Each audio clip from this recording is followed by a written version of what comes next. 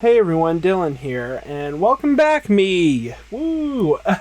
It's been basically going on 3 weeks since I've done a review on here, and honestly, if you want the reason why I've been gone, it's both because WWE has sucked so much I've dreaded watching it, and predominantly I haven't had time because I just started a new job, so I had to get used to that.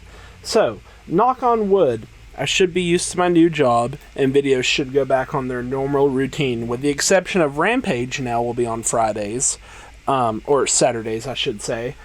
And, everything else should be back on its normal time, fingers crossed. Depending on if WWE sucks, if I continue that or not, and or depending on if, work physically drains me too much. We'll see. This is what's up right now. I'm going to do this video, and then I'm going to watch Dynamite from last night, and we'll go from there. But hopefully I should be re-uploading the 2, 4, 6, 7 maybe episodes of wrestling that I've missed. So let's start it off with this. And we'll kind of go from there. Alright. So the show starts off with the opener, still Ric Flair included. And it shows all the drama from last week, which I may or may not talk about in another episode that will be going over last week. We'll see about that one. But anyway, it starts talking about some of that drama. And every time during the show it talks about the drama from last week, I'm just going to skip over that because we'll do a review for that week. But anyway, they're apparently in San Antonio, Texas this week, where SummerSlam is happening on Saturday, I guess. I probably won't watch it, to be honest, but nevertheless, I will do a review if I do watch it. No promises, though. Just like Money in the Bank, no promises. Honestly, though, I could care less, really, about SummerSlam right now. Nothing seems interesting when it comes to WWE.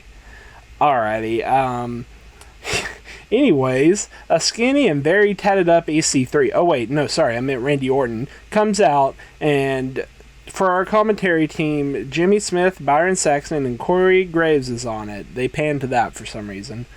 Before his match with Amos, he explains why he hit Riddle with an RKO last week, which apparently that happened. And basically throughout this whole show, Orton's like, oh, I don't do friends. He's not going to be I don't want him to be my friend. And Riddle's just like, bro, come on, bro. You know you want RK Bro to be a thing.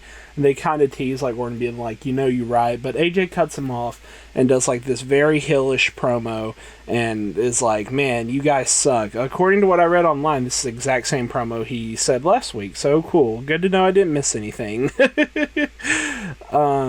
Anyway, Riddle, AJ runs his mouth for a bit, and Riddle challenges him, saying that he's dangerous with Randy in his corner.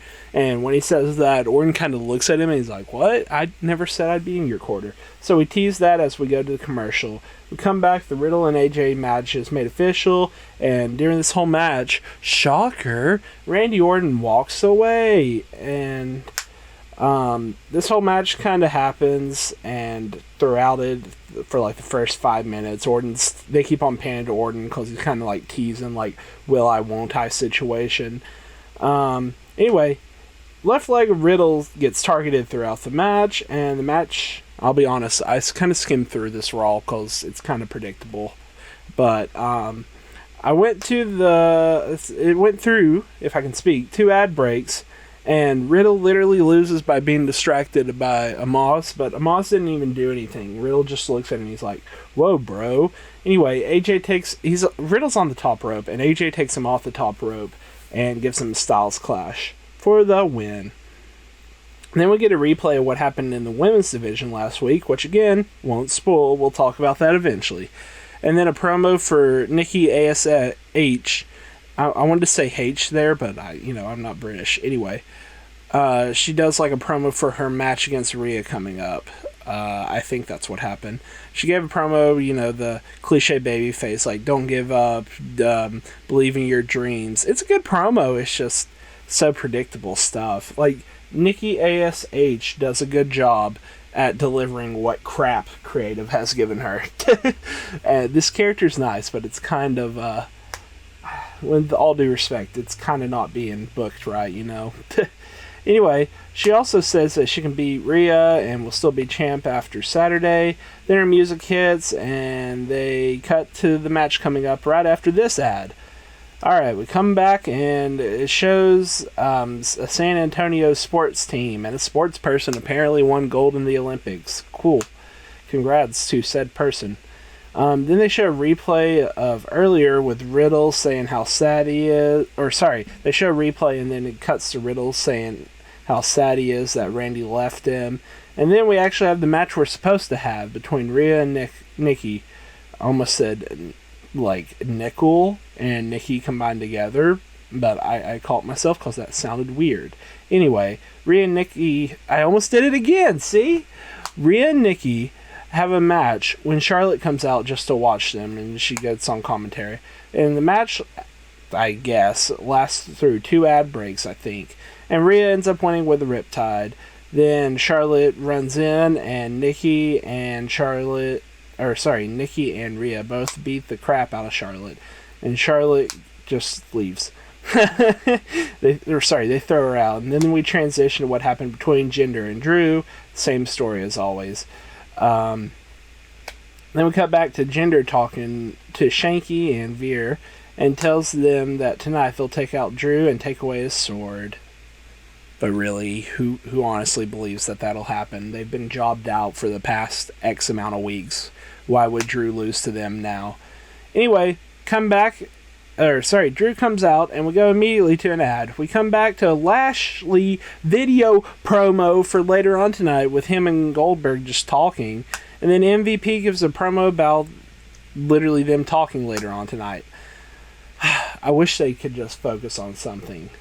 Like, it's so frantic, but not in the good way. Anyway, then we get a small wrap-up package of what happened between them and a promo for later on tonight. And at this point, I've completely tuned out and I'm just skimming through to get the results. Alright, then we go back to the ring for Drew versus Shanky and Veer, where if Drew wins, they'll both be banned from ringside apparently, which, shocker, he does with a Claymore. And then one of them goes for his sword, only for him to, like, beat him up, and then he brings his sword in the ring and scares them all to the ramp. Then he puts his sword into the opposite corner and just talks to him about how he's going to beat Jinder down at SummerSlam. And then we transition to the GMs talking to Charlotte, and I presume it was, like, Charlotte wanting to fight, like, both Nikki ASH and freaking Rhea Ripley. But I don't know, honestly. I kind of skimmed halfway through this after an ad break. Anyway, so, yeah, they said that she could have a tag match later on tonight with a mystery partner of her choosing. I wonder who it is. Wait. Who's the other woman that's in kind of sort of like a feud for the championship? Oh, hi, Nia Jax. Spoiler alert. Then Morrison comes out and they show what happened last week with Damian Priest and The Miz faking his injury. Honestly, this is a very creative thing because we get Moist TV with Miz as the guest after this commercial. Oh, did I say after this commercial? I meant after this Elias package where he says that Elias is dead, apparently.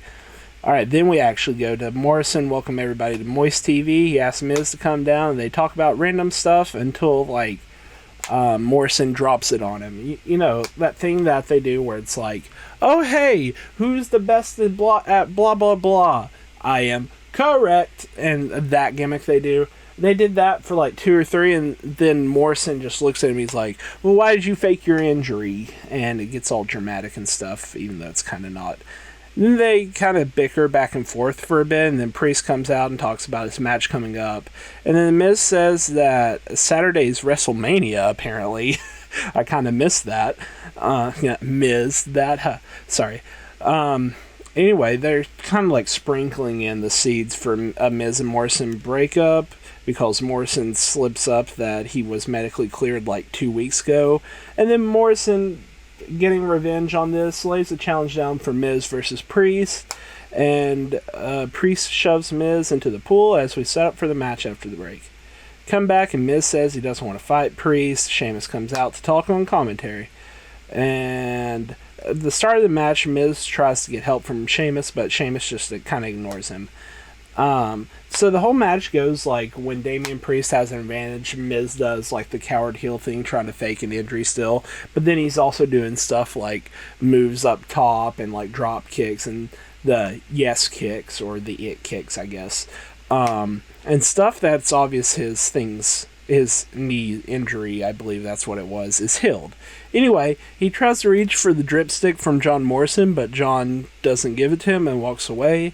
And then, what happens then? Good question. Let's find out. Priest takes him down and gives him a brogue kick because Sheamus is out there, and he wins. Sheamus gets live and grabs a mic saying he's going to beat the crap out of him and keep the title at SummerSlam. He then flashes the crowd. That's how it looks. Like, I know he's wearing clothes, obviously, but that he does that, like, ha thing, you know? You know what I'm trying to get at? Anyway, we have a transition back to last week's fight between Doudrop and Bliss, apparently. And then we go back to Eva Maria belittling Doudrop for something, saying that she can be forgiven if she goes to the playground and gets Lily. Begrudgingly, Doudrop agrees, and we go to Alexa waiting for her when we come back from commercial. They come back and they show promo what just happened. Miz and Morrison talk it out and forgive each other, and then they have a match at the pay-per-view.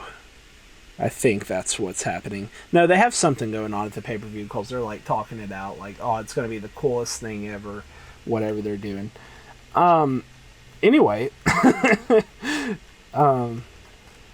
then Alexa talks up her match against Eva Marie at SummerSlam when Doudrop comes in and takes Lily, only for Lily to possess her, I guess?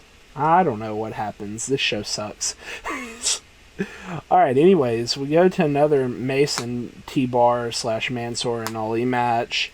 It goes through an ad break, and it's over when Mace gets kicked in the face by Ali. So what happens is Mansoor gets rolled up by Mace, and it's in a corner. It's like a schoolboy, and the ref's not looking at him. So Ollie kicks him in the face, and Mansoor rolls through, and they get a 3 on that. And that's how it ends. Then we go backstage, and Moss has a promo about literally killing Randy Orton. It was entertaining for a new character for me, and I liked it. But anyway, their match happens now, and Orton wins when AJ kicks Orton, and the ref sees it and disqualifies Amos. Then Amos is instructed to dump Orton, and he throws him into the barricade, then lifts him up and rolls him back into the ring. AJ tries to give a phenomenal forearm when Riddle comes out and saves Randy, as Amos and AJ go away to the ramp, and Riddle and Orton hug it out and reunite. They shake, hug it out, do all the hoopla, and announce a title match at SummerSlam, and I can't wait. And I mean wait for Orton to betray him at SummerSlam. Or afterwards, or whenever, but it's coming and it's obvious. I still got like half a show left. This week was so... I don't mean to be negative when I come back. I know I can essentially do this by my own choice. But simultaneously, when you got like AEW going on, and this is what I end up picking on accident, you know. Anyway... Then afterwards, they show a replay of Cross versus Hardy, and I skipped over this. Hardy ends up losing because he gets attacked backstage and gets choked out. So when he got choked out, we come back from an ad, and Cross wins a squash match, basically. Then Eva Marie slaps Doudrop twice. And then we go to another ad break, and it's promoting Goldberg versus Lashley, them two talking to each other later on tonight. Then the announcers plugged some 24/7 nonsense that happened earlier today. It was entertaining, but way too many words to describe. Just go out of your way to watch this. Anyways, they run down the pay-per-view matches, go to Nikki Cross and Rhea Ripley against Charlotte, and cut to commercial. Come back. We have Elias literally burying himself. Like, no joke. He's got like a tombstone gimmick and all that. And then we get to the match where Charlotte's partner, I accidentally wrote down Charles instead of Charlotte, and I got a laugh thinking about like Lil Nate is like Charlotte's partner. Anyway, Charlotte's partner is Nia Jax. And after an ad break, Shayna watches on. Charlotte tags in as Nia was going for like a bonsai drop after being very dominant, and then gives her, not Nia, but then gives, like, I think Nikki a natural selection and wins. Then we go to AJ giving a promo about how they've beaten every tag team in the division right now, and they'll beat them too if Orton doesn't split first. Then Goldberg comes out as we go to an ad break. Come back, and Goldberg's talking about his son. He's like, yeah, Sunberg, you're amazing. Come in the ring.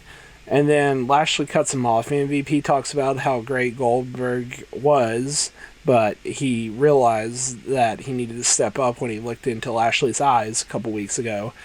And then this whole thing I can't take serious.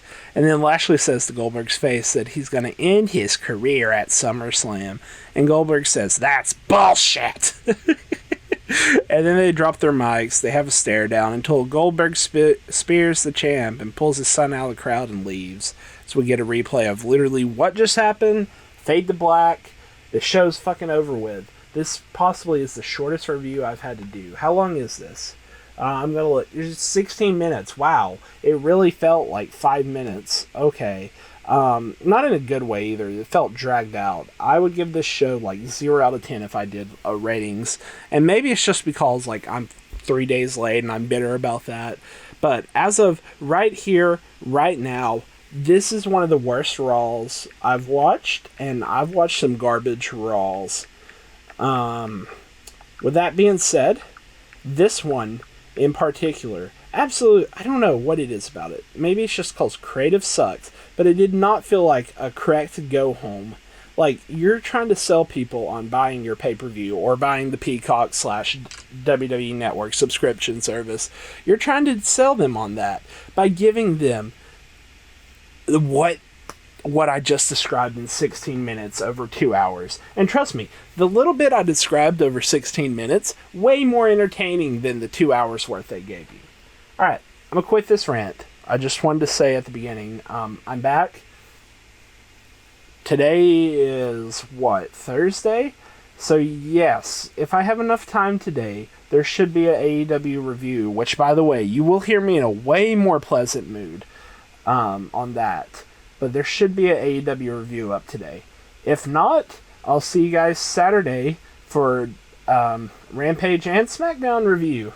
Until then, have a good one, and I'll see you when I see you, cause I love wrestling on the other spectrum, cause CM Punk's returning. But, God, WWE sucks. Bye.